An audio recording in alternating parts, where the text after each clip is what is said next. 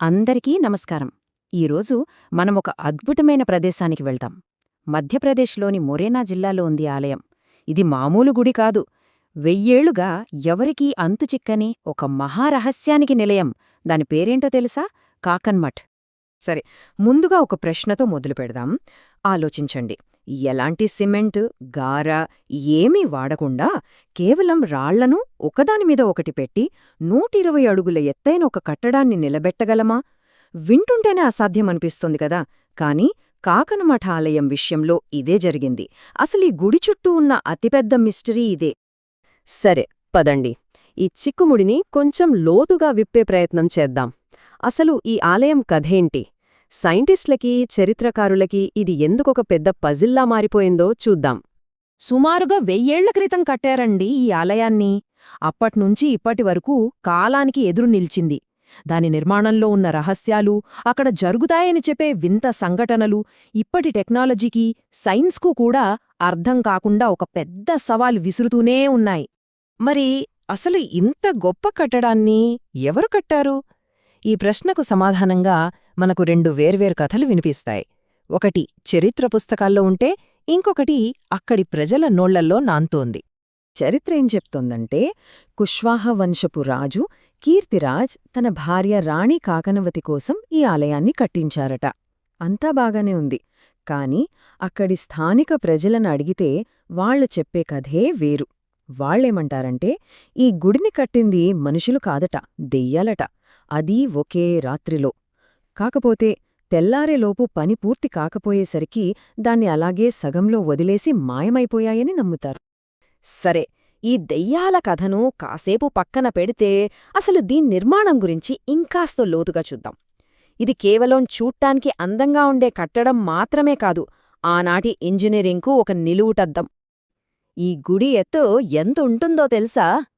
దాదాపు 120 అడుగులు. అంటే ఇప్పటి లెక్కల్లో చెప్పాలంటే ఒక 12 అంతస్తుల బిల్డింగ్ అంత ఎత్తు. ఒక్కసారి ఆలోచించండి.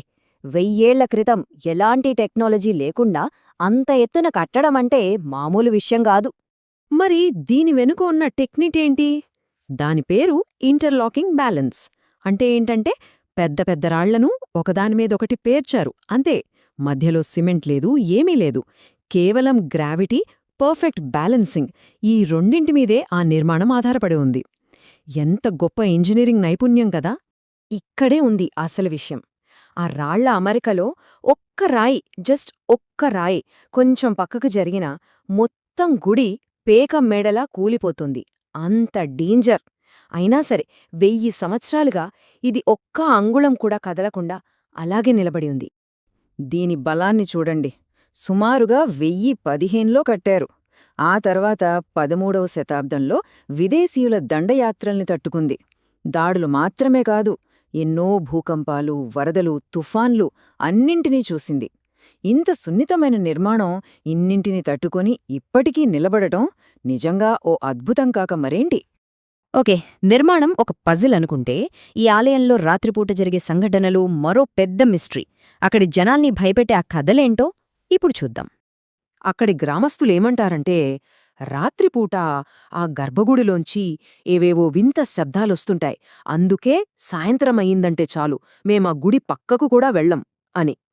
వాళ్ల మాటలు వింటుంటే ఈ ప్రదేశానికున్న మిస్టరీ ఇంకా పెరిగిపోతోంది. అసలు ఏంటా శబ్దాలు? వాటి వెనుకున్న రహస్యంలేమైయుంటుంది? ఇది కూడా ఎవరిదగ్గర సమాధానం లేని మరో ప్రశ్న. సో, చూశారు కదా, కాకన్మఠ్ ఆలయం మన ముందు ఎన్నో సమాధానం లేని ప్రశ్నల్ని ఉంచుతోంది. ఒకవైపు చరిత్ర, ఇంకోవైపు నమ్మశక్యం కాని విషయాలు, రెండింటి కలయికలా నిలుస్తోంది. మరోసారి ఈ ఆలయం మన ముందుంచిన అంతుచిక్కని ప్రశ్నల్ని చూద్దాం. అసలు 120 అడుగుల ఎత్తైన నిర్మాణం ఎలాంటి సిమెంట్ లేకుండా 1000 ఏళ్లుగా ఎలా నిలబడింది? రాత్రిపూట వచ్చే ఆ వింత శబ్దాల వెనకున్న నిజమేంటి? ఇన్ని దండయాత్రల్ని, భూకంపాల్ని ఇంత సున్నితమైన నిర్మాణం ఎలా ఎదుర్కొంది? అసలు దీన్ని కట్టినవాళ్లకు ఎంత గొప్ప గణిత, వాస్తుశాస్త్ర పరిజ్ఞానముండుంటుంది? ఏమో, బహుశా కొన్ని రహస్యాలు ఎప్పటికీ రహస్యాలుగా మిగిలిపోవాలనేదే వాటి ఉద్దేశం కావచ్చు. వాటిని మనం అర్థం చేసుకోలేకపోవడమే వాటి గొప్పతనం కావచ్చు. కాకన్మఠాలయం మనకు ఇదే నేర్పుతోందేమో.